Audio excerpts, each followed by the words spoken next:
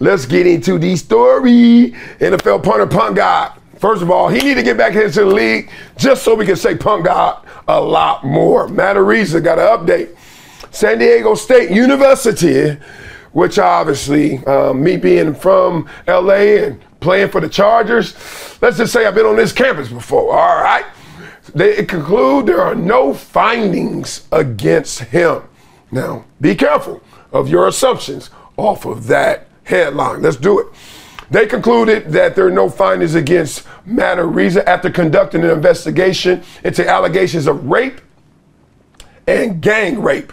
Criminal investigation was also conducted with no charges filed, and a civil case remains ongoing in the matter. Quote, while the university cannot provide specific information related to its student disciplinary proceedings and investigations, legal speak is so boring, or specific information related to student records, it can confirm that none of the former students named in the civil suit are now the subject of an active investigation. Yeah. In addition, they are not currently enrolled active students affiliated with any athletics activities. They reserve the right, though, to reinstate investigations based on new developments. Oh, so what was that? What did you just say, Marcellus, all fast and raspy? Basically, what they're saying is we've been looking at this thing for a while, and we have now formally concluded anyone within our San Diego State University borders, we don't see anything wrong in this situation. All right, so the student conduct investigation proceeded July 2022 after the San Diego Police Department told the university that doing so would no longer interfere with its investigation after initially asking the school to wait. You catch that? So the police like, get out the way, you amateurs. Let me do my damn job. Let me do it right. And then they came back to him finally and said, y'all can look into whatever you want, because so far we haven't found enough. All right. So the night of the alleged rapes was in October 2021. The girl, who was 17 at the time, we don't know her name, that's why we call her girl. And they went through that investigation for 9 months before turning it over to prosecutors.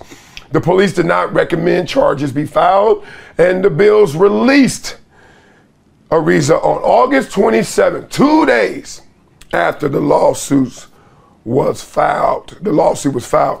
So the civil case against Araiza remains ongoing. That's set for October of this year. The attorney for the young lady said that her client did not talk to San Diego State University, reiterating that she was not a student at the university, and the location of the alleged events was not on their campus.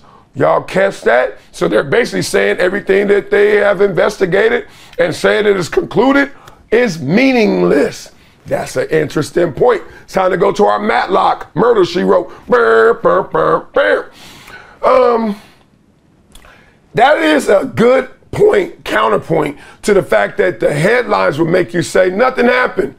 And that's because San Diego State is now concluded in summary the same thing that the police have. We don't have enough evidence.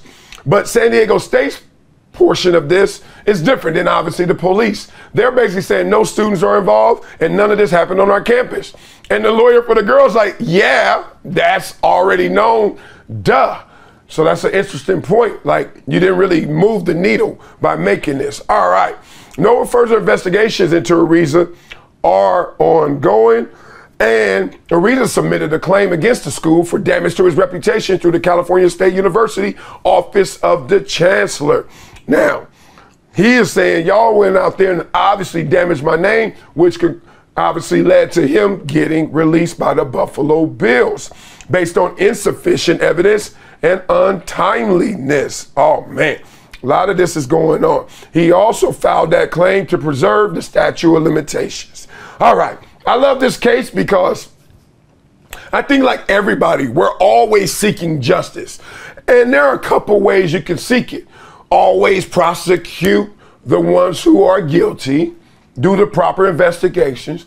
But there's also one that is starting to bubble up, and maybe Duke Lacrosse, one of the poster situations for this, is when they actually condemn or try to prosecute someone and that person's innocent, right? We've seen case after case where someone gets out of jail or prison after DNA is surfaced, and now 30 years of their life gone, 20 years of their life gone. But that's not just that. It's this. Matt Araiza would never get his name back ever. Let me just be the first to tell you. Without Google, anytime I hear Matt Araiza, I'm immediately thinking of this situation.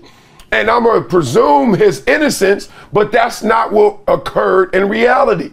So now, every person that meets Matt Araiza that knows something about him is probably going to know this. So now he has to convert negatives to positives just by saying hello. That is messed up.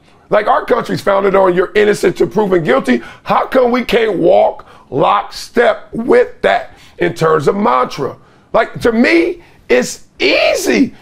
Maybe because I've been in the public light. Maybe because I've been falsely accused. Maybe because I've been lied on. But who hasn't been lied on? And there's nothing worse than somebody lying on you and you can't prove that they lying or prove it fast enough. Or you still got to deal with people who are believing the accusation. This apology is not loud enough. The accusation roared through America. Everybody was talking about the Punt God, talking about Matt Araiza in that respect.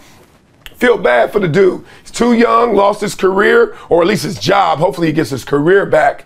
And then every single person is going to always have to know this. And worse, his family. Worse, his future kids, grandkids. That's who Papa was?